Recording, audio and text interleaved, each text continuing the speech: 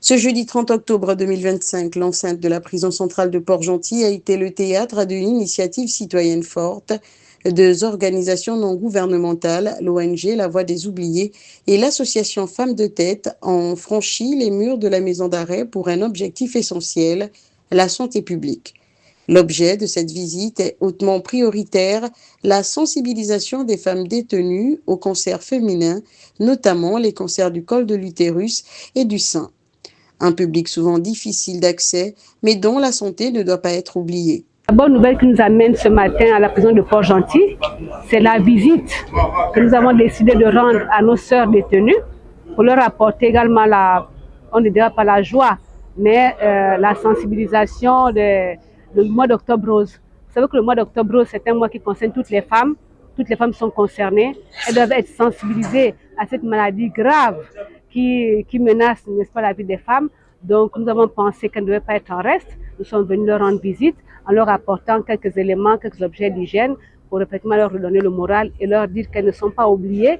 Il y a toujours des gens qui pensent à eux, notamment la Voix des Oubliés et puis l'association Femmes de Tête qui s'occupe également de tout ce qui concerne l'hygiène des femmes. Elles sont également là pour également encourager et aider la Voix des Oubliés dans ce combat. L'action des deux organismes ne s'est pas limitée à la sensibilisation. Pour améliorer les conditions de vie des détenus, l'ONG et l'association ont effectué des dons de première nécessité, des produits de soins de lavage et d'entretien, un geste de solidarité concret pour un bien-être minimal.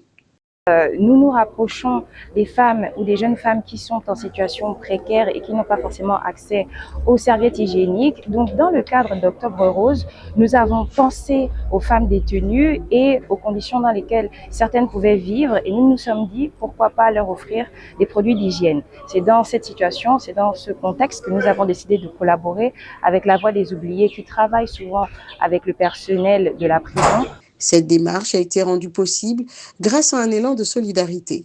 Offrir à ces dames des produits d'hygiène offerts généreusement par la société Sam Daron, financés également par la société BW Énergie.